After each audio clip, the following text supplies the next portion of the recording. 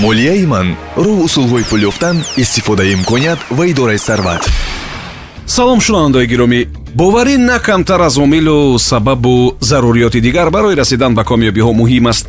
комёбӣ ва дастовардҳои шахси машҳуру сарватманде маънии онро дорад, ки ҳамон нафар кадом вақте ба худу ба имкониятҳои худ бовар кард, такя намуд ва имрӯз муваффақ аст. чизҳое ҳаст, ки ҳамин бовариро, ки болотар гуфтем, дар ниҳоди инсон мекушад, нест мекунад. чӣ чиз бовариро аз миён мебарад? ин навбат мо дар ҳамин бора хоҳем гуфт. бо як назар шояд фаҳмидан душвор нест, ки нафарони муваффақ дар қатори дуруст ба роҳ мондани кору фаъолият иловатан ба худашон боварӣ доранд. бартари дигари ин гурӯҳ ҳамин аст, ки онҳо хуб медонанд, ки чӣ тавр аз банди хаёлҳои нохуб, нобоварӣ, баҳои кам додан ба худ бояд берун рафт. якум муқоисакунӣ. мо ба ҳамин чиз одат кардем. моро аз хурдӣ бо бачаҳои ҳамсоя муқоиса мекарданд, баъд мо кӯдакони худамонро бо кӯдакони ҳамсоя муқоиса мекардагӣ шудем. ин занҷира ҳамин гуна идома меёбад. аммо фаромӯш накунед, ки дар сабқату мусобиқа ҳамаро мағлуб кардан имкон надорад. шумо беҳтараш паҳлӯҳои сусту устувори худатонро пеши рӯ биёред, мушаххас кунед. беҳтар аст бо худатон, ки дирӯз будед, мусобиқа кунед. яъне аз худатон, ки дирӯз будед, имрӯз пештар гузаред. дуюм, нокомиҳои гузашта. ба гузашта салавот мақоли хубе аст. агар шумо воқеан аз гузаштаи худ, аз нокомиҳои худ сабақ гирифтаед, бозам беҳтар.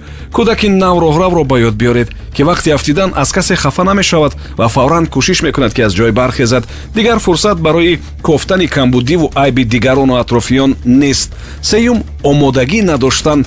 тайёр набудан омили дигаре аст, ки бовариро дар ниҳоди кас нест мекунад. мо намедонем, ки фардо чӣ мешавад, вале бояд боварӣ дошта бошем, ки дар ҳама ҳолат мо роҳи ҳаллу баромаду наҷотро меёбем. барои чун ғолибон зистан, мисли ғолибон аввалтар аз ҳама бояд фикр кард. ба худатон савол бидиҳед, ки оё шумо омода ҳастед, ки бештар аз вақти корӣ кор кунед? шумо метавонед ба хотири комёбиҳои оянда имрӯз нороҳативу нокомиро таҳаммул кунед? боварӣ дар якҷоягӣ бо таҷрибаву омӯзишу санҷиданҳо меояд. чорум, тарс. тарс аз нокомӣ ва муваффақ нашудан бисёриҳоро аз роҳи пешгирифтаашон мегардонад. баъзеҳо ҳатто аз як нигоҳ, назар, фикри атрофиён метарсанд. дар воқеъ назари мардум наметавонад чизеро тағйир диҳад, агар шумо ба он муҳимият зам накунед.